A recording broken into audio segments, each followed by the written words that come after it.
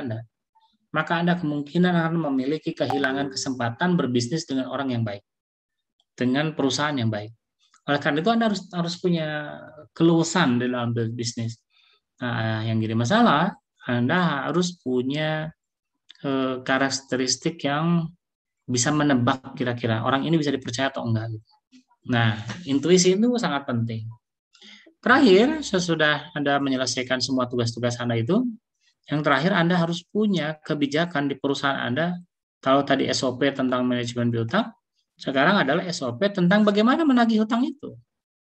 Jadi Anda harus punya aturan bagaimana boleh menagih, kapan menagih, berapa besar penagihan, dan seterusnya. Ada SOP-nya. Ini adalah bagian yang tidak mudah.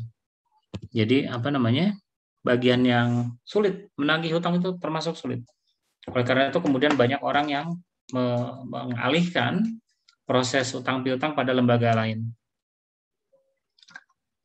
Kalau Anda perhatikan misalkan banyak misalkan rumah, mobil, motor yang ditarik oleh leasing ya, itu kan yang narik bukan lembaganya, itu ada orang lain. Kenapa? Karena proses penagihan piutang itu memang tidak mudah, melibatkan perasaan dan seterusnya, dan itu jadi agak sungkan buat kita. Apalagi jika berhadapan dengan konsumen yang sudah kita kenal betul. Nah, jadi, saudara sekalian, inilah tugas yang Anda harus lakukan sebagai manajer keuangan ketika melakukan manajemen piutang. Nah, atas dasar cerita saya tadi itu, kita akan lihat rangkuman-rangkuman dari apa yang saya sudah ceritakan. Pertama, Anda harus paham dulu tentang istilah-istilah di dalam manajemen piutang. Nah, yang pertama adalah siklus operasi.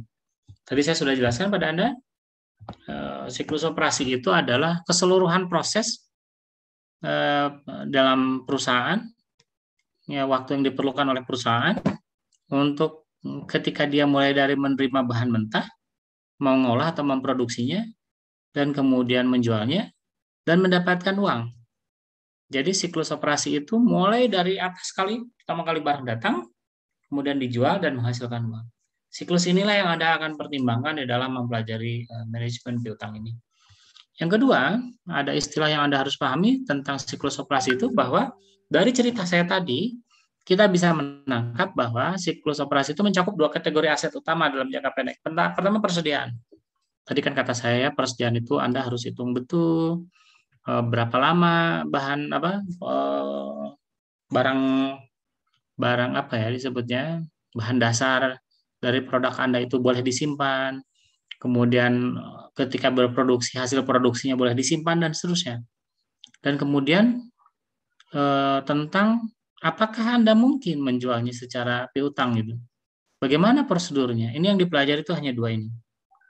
Jadi siklus operasi hakikatnya hanya mencakup dua hal. Pertama persediaan dan yang kedua adalah piutang.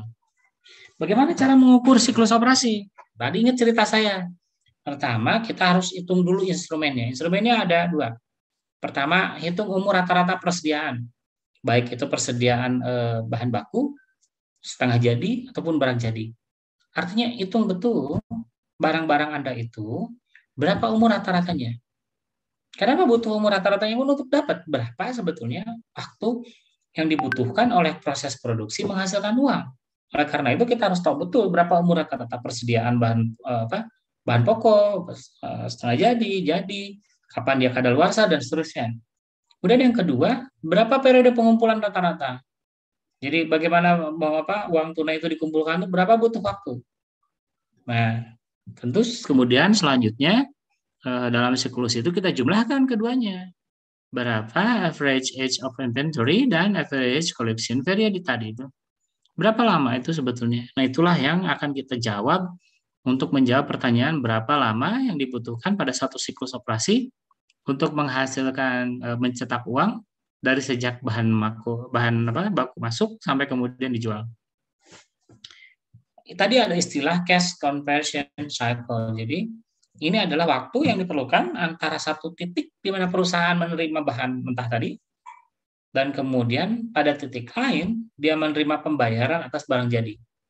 Itulah yang disebut sebagai siklus konversi tunai. Jadi siklus konversi tunai itu waktu titik mulai dari sejak bahan baku diterima, kemudian sampai kita menerima uang dari para pembeli kita. Itulah yang dimaksud dengan siklus konversi tunai. Bentar, saya masukkan dulu teman-temannya ya, masih ada yang mau masuk. Ya, saudara sekalian, dari cerita tadi kemudian kita mendapatkan pemahaman tentang kalau begitu bagaimana atau apa saja yang mempengaruhi cash conversion cycle itu. Jadi ada 3 kalau begitu. Pertama, usia rata-rata persediaan. Yang kedua, periode pengumpulan. Dan kemudian yang terakhir adalah periode pembayaran rata-rata. Nah, rumus inilah yang Anda harus gambarkan dalam perusahaan Anda itu.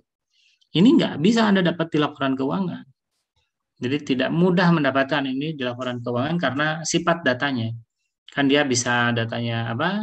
Harian, mingguan, bulanan gitu ya. Nah, untuk Anda paham, Anda memang harus masuk ke dalam perusahaan. Saudara sekalian, pertanyaan yang timbul di kepala kita sebagai manajer keuangan begini.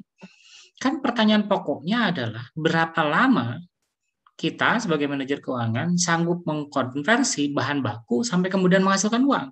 Pertanyaannya, kan berarti kalau lebih cepat menerima uang lebih baik dong. Betul. Nah, pertanyaannya bagaimana caranya agar kita mendapatkan uang lebih cepat?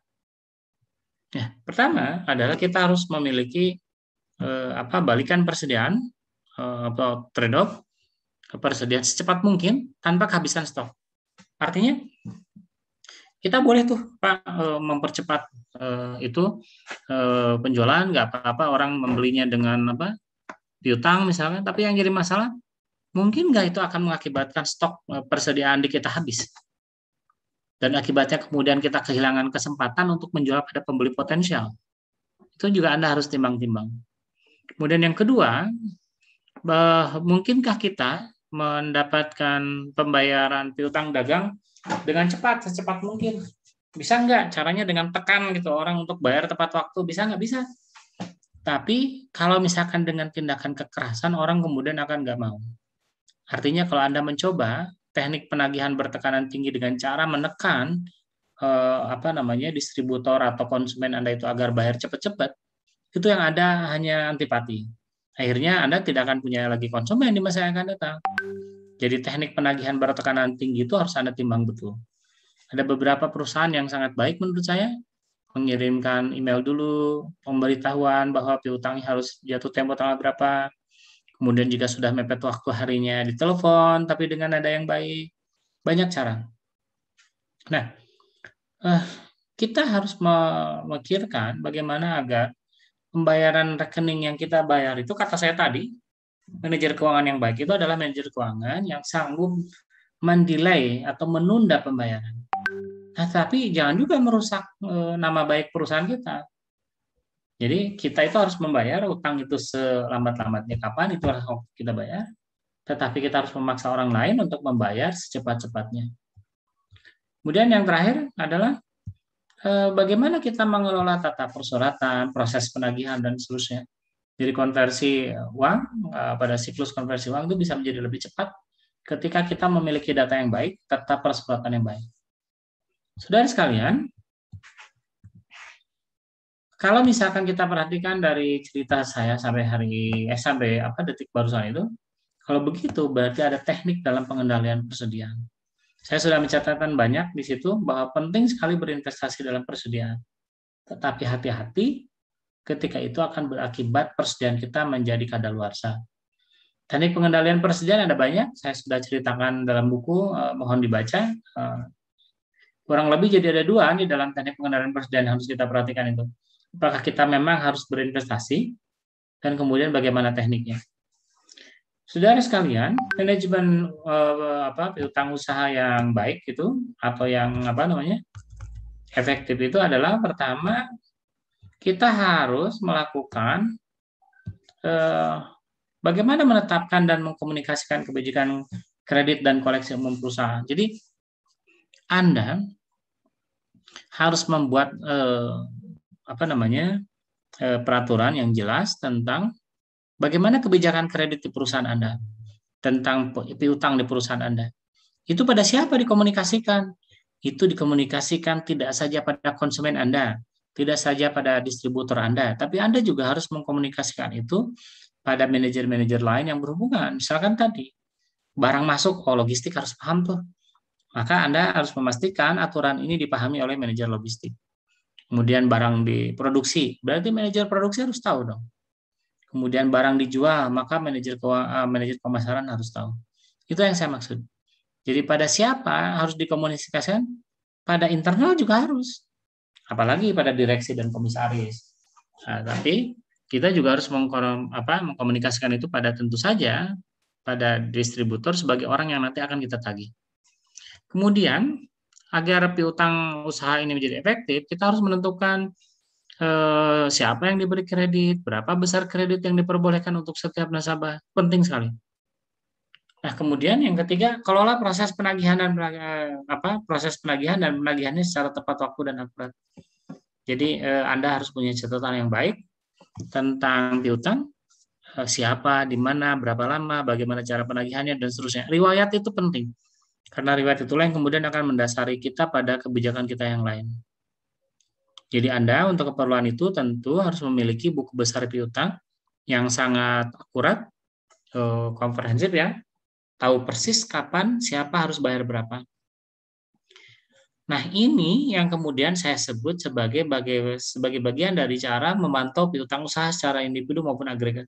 Karena kan jadi tahu tuh si distributor ini atau si konsumen ini kalau bayar piutang berapa lama. Anda catat itu sebagai bagian dari catatan memahami konsumen. Kemudian Anda pastikan juga bagaimana kalau misalkan mereka belum bayar, gimana caranya dan seterusnya. Cara yang tadi mungkin bisa dicoba. Jadi seminggu sebelumnya kirim email, WhatsApp, 5 hari menjelang habis waktu ditelepon sambil mengatakan mohon maaf ya Bu ya, mau kapan membayar ini? Anda sebut misalkan minggu depan pas jatuh tempo. Nah, Anda bisa jawab begini. Oh iya Bu, mungkin kita tetap akan menelpon Bapak, Ibu besok dan seterusnya sampai Ibu dan Bapak membayar piutang itu ya Bu ya, mohon maaf. Kan enak didengarnya. Itu akan membuat kita menjadi lebih merasa dihargai. Nah, jadi Anda harus cari cara Anda sendiri yang khas. Bagaimana caranya menagih piutang itu. Nah, ini adalah prosedur yang juga Anda harus catatkan di perusahaan Anda. Berikutnya adalah tentang langkah perusahaan menawarkan kredit. Jadi Anda harus lakukan itu ada 3. Pertama, menentukan standar kreditnya. Standar kredit itu siapa, mendapatkan berapa kreditnya. Mendapatkan kreditnya itu berapa besar. Yang kedua, menetapkan persyaratan kredit. Apa itu syaratnya? Berapa lama pelanggan harus membayar? Adakah diskon kalau misalkan dia bayar lebih cepat gitu. Dan terakhir, mengembangkan kebijakan penagihan. Bagaimana cara menangani rekening yang nunggak, yang nggak bayar? Bagaimana cara memantau ada kemungkinan dia terlambat, tetapi tidak sangat terlambat. Anda klasifikasikan data itu. Nah, saudara sekalian, di dalam standar kredit banyak hal yang Anda bisa tulis. Pertama, tentang riwayat pembayaran pemohon. Apakah harus punya riwayat yang baik atau tidak, bagaimana ceritanya, dan seterusnya. Kemudian biaya variabel dari produk yang akan dijual secara kredit. Tentu karena ada penundaan pembayaran, biaya variabelnya meningkat. Nah, berapa meningkatnya itu? Hitung betul. Kemudian jumlah kredit yang ditawarkan berapa, penilaian kreditnya bagaimana caranya, dan untungnya. Ini yang Anda tulis di dalam standar kredit. Nah, ketika Anda akan memberikan kredit yang kata saya tadi itu, pada orang yang Anda percaya, ada 5C yang Anda harus pahami. Pertama, karakter. Carilah calon kreditur yang memang memiliki karakter yang bisa dipercaya. Ini memang butuh pengetahuan, wawancara yang mendalam terhadap yang bersangkutan. Yang kedua, punya kapasitas. Jadi misalkan jangan juga Anda seperti beberapa bank kemarin itu meminjamkan uang besar sekali ratusan juta pada orang yang sebetulnya dia nggak punya kapasitas untuk mengolah uang itu. Jadi Anda misalkan jual jual kelapa sawit, Anda hanya butuh 1 miliar, terus Anda kasih pinjaman 50 miliar. Buat apa? Memang kapasitas produksinya nggak sampai situ. Memang kapasitas pasarnya nggak sampai situ. Jadi kalau kapasitas pasar itu hanya 1.000 ton sehari, ya sudah. Ngapain ngemodalin orang untuk berjualan 2.000 ton? Emang siapa yang beli gitu ya? Jadi kapasitas itu penting. Yang ketiga kapital, modal. Jadi kalau Anda mau membiayai seseorang untuk perusahaan, cek modal perusahaannya berapa sih? itu menggambarkan kekuatan perusahaan itu. Nah, ini yang berikutnya yang paling sering, kolateral. Jadi, apakah pinjaman yang kita berikan atau kredit yang kita berikan, yang dalam berupa barang ya, tentu saja tidak berupa uang, itu harus ada jaminannya. Karena yang namanya kredit itu kan di mana-mana ada jaminan. Nah, karena ini yang dimaksud adalah piutang dagang pada proses produksi, apakah kolateral juga mesti ada? Bagaimana bentuknya? Itu yang Anda harus pikirkan. Terakhir, kondisi. Kalau karakter, capacity, kapital, kolateral itu kan bicara pada objek si peminjam, kreditur. Nah, ada faktor lain di luar mereka, itu kondisi. Misalkan kondisi ekonomi, kondisi sosial budaya yang nggak ada hubungannya dengan orang per orang. Nah, ini harus juga Anda.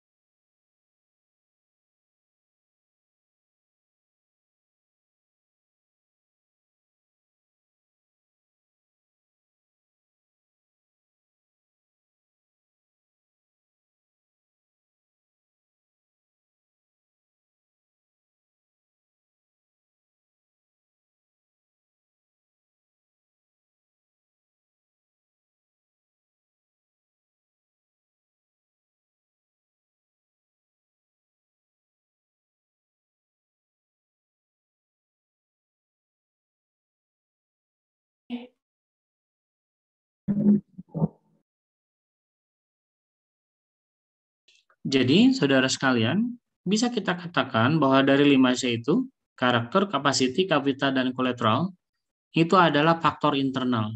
Jadi faktor internal dari nasabah yang mengakibatkan kita mengambil keputusan apakah seseorang boleh membayar produk kita secara kredit atau tidak.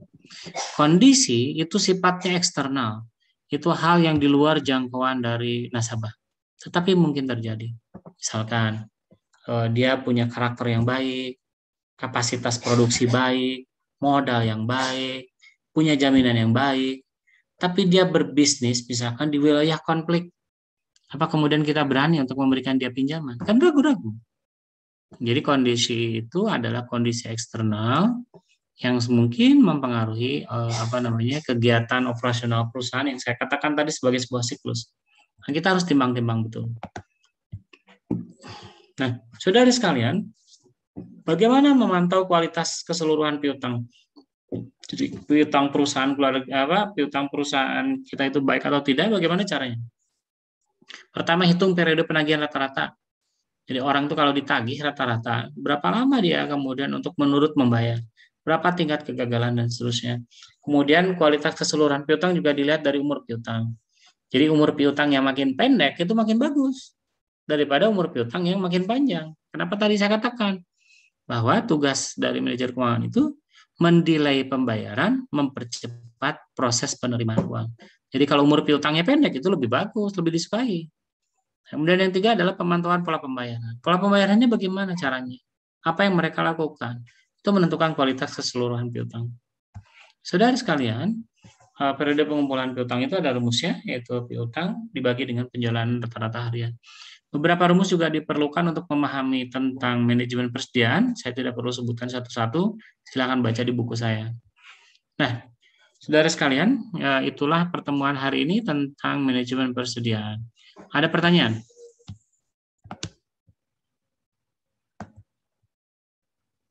Ada pertanyaan?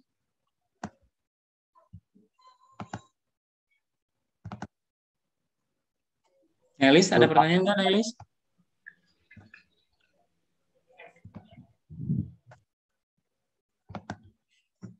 Baik, kalau tidak pertanyaan, saya mengingatkan kembali, UAS itu sudah tinggal sebentar lagi, pertemuan 13, pertemuan 14, itu sudah selesai, maka pertemuan 15 Anda harus sudah mengumpulkan. Saya ingatkan kembali ya, proses perkuliahan saya, hampir seluruhnya 100% adalah pembelajaran berbasis proyek. Artinya nilai terbesar Anda, 70% sampai 80%, dipengaruhi oleh laporan proyek Anda. Jadi Anda boleh tidak hafal definisi, boleh tidak hafal urutan, tetapi bagus dalam pengerjaan. Itu menjadi jauh lebih penting. Itu sebabnya saya katakan, tolong UAS sebagai pengganti ujian itu Anda kerjakan baik-baik. Karena dengan demikian Anda punya kans untuk besar mendapatkan nilai. Kalau hafalan kan susah ya, Anda harus menghafal segala macam. Oh ini enggak, kerjain, maka efeknya ada dua. Anda jadi paham, tahu bagaimana nanti ketika ada urusan. Yang kedua, Anda dapat nilai bagus. Nah, saya kira demikian pertemuan hari ini. Saya sangat mengucapkan terima kasih atas perhatiannya. Semoga Anda semua tanpa terkecuali mendapatkan keberkahan ilmu dari Allah Subhanahu wa taala. Amin ya rabbal alamin. Assalamualaikum warahmatullahi wabarakatuh. Waalaikumsalam warahmatullahi wabarakatuh. Terima kasih, Pak. Terima kasih, Kerjakan ya Pak.